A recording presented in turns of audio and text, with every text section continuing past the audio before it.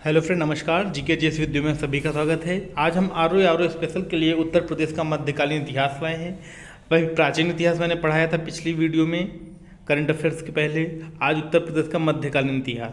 बेटा ये हम यूपी के प्राचीन इतिहास, मध्यकालीन और आधुनिक इतिहास पढ़ाने के बाद एक टेस्ट सीरीज कराएंगे।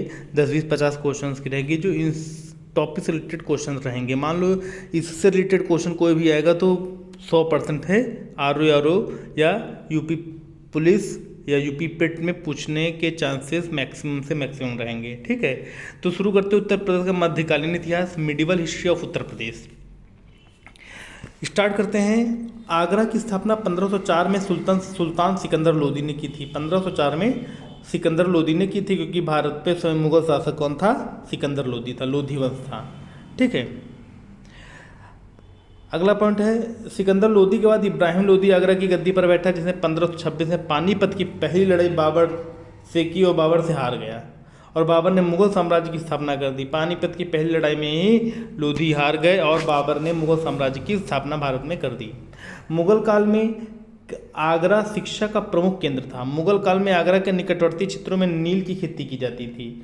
ठीक, आगरा जो था वो प्रसिद्ध उत्तर प्रदेश का क्षेत्र था, जो शिक्षा का केंद्र था मुगल काल में, और उसके निकटवर्ती क्षेत्रों में नील की खेती की जाती थी। आगरा का किला अकबर द्वारा बनवाया गया। आगरा का जो किला है वो अकबर के द्वारा बनवाया गया। नूरजहां ने आगरा में अपने पिता इत्मिदौला की कब्र बनवाई। आगरा का ताजमहल और मोती मस्जिद शाहजहां के शासनकाल के दौरान बनाया गया। आगरा बहुत प्रसिद्ध क्षेत्र था उत्तर प्रदेश का मध्यकालीन इतिहास के लहजे से। ठीक, आगरा के दीवाने आम और दीवाने खास का निर्माण अकबर ने करवाया। 12वीं शताब्दी के अंत तक कुतुबुद्दीन ऐबक ने कालपी, जालौन जिला जो आज की डेट में वर्तमान में, पहले कालपी नाम था, कालपी पर कब्जा कर लिया और इसे दिल्ली सल्तनत का हिस्सा बना लिया। ठीक, अकबर के 9 रत्नों में बीरबल और टोडरमल दोनों व्यक्ति कहाँ के थे? उत्तर प्रदेश के थे। बीरबल कालपी के थे, कालपी मतलब जालौन जिला के बीरबल, और बीरबल के रंग महल और मुगल टकसाल के साक्ष्य मिले। बीरबल के रंग महल और मुगल टकसाल के साक्ष्य मिले। जौनपुर की स्थापना फिरोज शाह तुगलक ने की थी। उत्तर प्रदेश का जो जौनपुर जिला है उसकी स्थापना फिरोज शाह तुगलक ने की थी। बेटे ये पेपर में कई बार क्वेश्चन आ चुका है कि जौनपुर के संस्थापक कौन है। जौनपुर के संस्थापक कौन है? तो फिरोज शाह तुगलक। बहुत इंपॉर्टेंट क्वेश्चन है। ठीक, अगला है, शर्की वंश के शासनकाल के दौरान जौनपुर को सिराजे हिंद के नाम से जाना जाता था।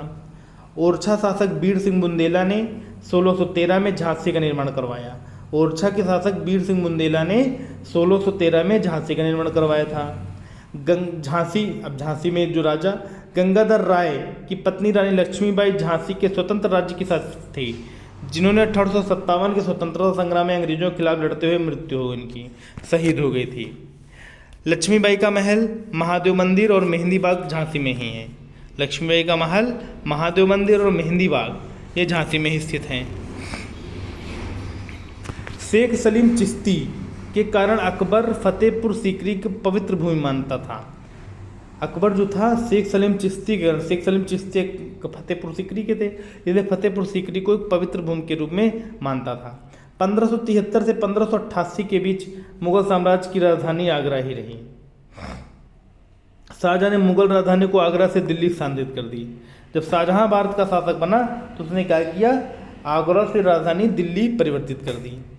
लखनऊ के आखिरी नवाब वाजिद अली शाह थे, जिन्होंने 1856 में लॉर्ड डलहौजी ने अंग्रेजों द्वारा लखनऊ से हटा दिया गया। लॉर्ड डलहौजी ने कहा कि लखनऊ में शासन अच्छा नहीं चल रहा, अवध में अच्छा शासन नहीं चल रहा है, इसलिए इसको हम अपने अंडर लेते हैं। ठीक, वाजिद अली शाह आखिरी नवाब थे लखनऊ के। अगला, मुगल सम्राट अकबर ने अपना मकबरा सिकंदरा आगरा का एक उपनगर में बनवाया था, जिसे बाद में सम्राट जहांगीर ने 1613 में पूरा कराया। बाद में जहांगीर ने उसको कंप्लीट कराया था, यानी कि स्टार्टअप अकबर ने कर दिया था। ठीक,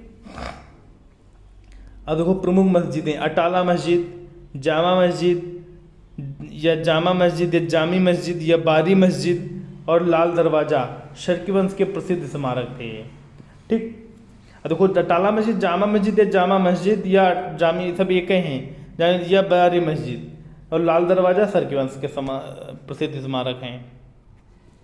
जौनपुर की अटाला मस्जिद पेपर में कई बार आया है, और झंगरी मस्जिद का निर्माण इब्राहिम शाह सरकी ने करवाया था। इब्राहिम शाह सरकी ने करवाया था। जौनपुर की अटाला मस्जिद और झंगरी मस्जिद।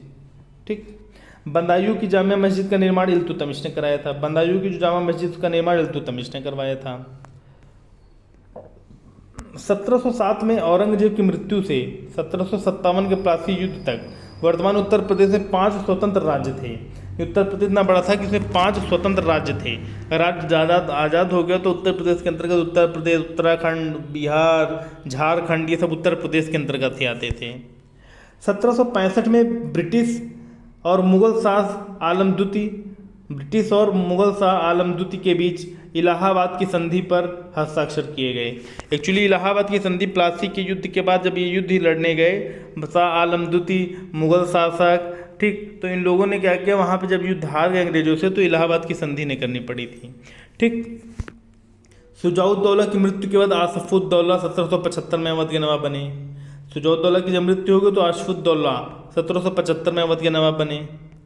आसफुद्दौला ने फैजाबाद की संधि द्वारा बनारस का क्षेत्र अंग्रेजों को सौंप दिया।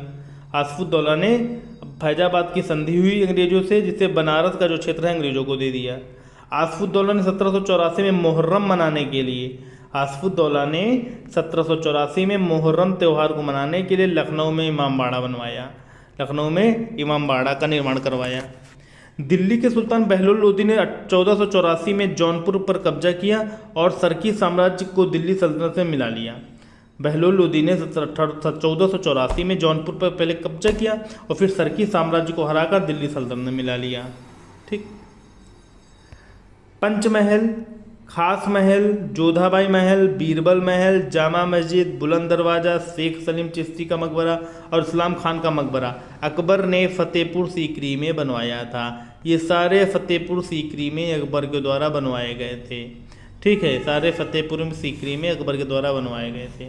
आगरा में अकबर द्वारा बनवाया गया जहांगीर महल भी है। आगरा में जहांगीर ने सिकंदरा में मरियम उज जमानी का मकबरा बनवाया। जहांगीर ने सिकंदरा में मरियम उज जमानी का मकबरा बनवाया। शेरशाह सूरी ने कुल 4 सड़कें बनवाई, जिनमें 2 उत्तर प्रदेश में स्थित हैं, आगरा से बुरहानपुर तथा आगरा से चित्तौड़। ये 2 रोडें शेरशाह सूरी ने बनवाई।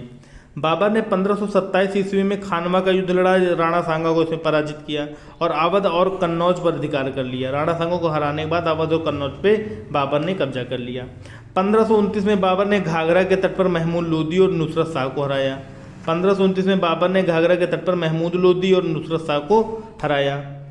बाबर की मृत्यु 1530 ईस्वी में आगरा में हो गई। बाबर जो है 1530 ईस्वी में आगरा में मर गया। मतलब ये आया, युद्ध खाली भारत में लड़ता रहा बस। फिरोज शाह तुगलक ने जौनपुर के अलावा एक और शहर फिरोजाबाद की स्थापना की थी। फिरोज शाह तुगलक ने जौनपुर की तो स्थापना की थी, परंतु फिरोजाबाद की भी इन्होंने स्थापना की थी। अवध सूबा 1772 में शहादत खान बुरहान उल मुल्क के नेतृत्व में स्वतंत्र हो गया था। 1722 में शहादत खान बुरहान उल मुल्क के नेतृत्व में स्वतंत्र हो गया। आसफुद्दौला को फैजाबाद से लखनऊ तक अवध की राजधानी बनाया। आसफुद्दौला ने फैजाबाद से लखनऊ तक अवध की राजधानी बनाया। मलिक सरवर सरदार ख्वाजा जहां ने जौनपुर में स्वतंत्र सरकी राज्य की स्थापना की। मलिक सरवर ने जौनपुर में स्वतंत्र सरकी राज्य की स्थापना की। मुगल इतिहासकार उत्तर प्रदेश को हिंदुस्तान के नाम से जानते थे। जो मुगल इतिहासकार थे वो उत्तर प्रदेश को हिंदुस्तान के नाम से जानते थे। बाबर ने संभल की जामा मस्जिद और अयोध्या की बाबरी मस्जिद बनवाई थी। बाबर ने संभल की जामा मस्जिद और अयोध्या में बाबरी मस्जिद का निर्माण करवाया था। ठीक, तो ये उत्तर प्रदेश का मध्यकालीन इतिहास था। मध्यकालीन ये बेटा देखा जाए तो बहुत इंपॉर्टेंट कुछ नहीं हो, सब कुछ इंपॉर्टेंट है। एग्जाम के दृष्टिकोण से सारी चीज़ें इंपॉर्टेंट हैं। अगली वीडियो हमारी आधुनिक भारत आएगा उत्तर प्रदेश रिलेटेड। ये तीनों वीडियो से रिलेटेड एक बढ़िया वीडियो डालूंगा जो MCQ क्वेश्चंस के रहेंगे, जो आपके एग्जाम के लिए बहुत ज़्यादा मोस्ट इंपॉर्टेंट है। ओके फ्रेंड, तो बेटा आप सभी लोगों को वीडियो जैसी भी लगी हो लाइक कमेंट व शेयर जरूर करें तथा हमारे चैनल GK GS वीडियो को सब्सक्राइब करें। आप लोगों से यही गुजारिश है। ठीक, और मेहनत करते रहे। RO UP पुलिस जितने भी फॉर्म UP पेट का भी परीक्षा होगा उससे भी क्वेश्चन ऐसे पूछे जा सकते हैं। इन टॉपिक से पूछे जाने के चांसेस ज़्यादा हैं। ओके फ्रेंड, आप सभी का बहुत बहुत धन्यवाद। थैंक यू, नमस्कार।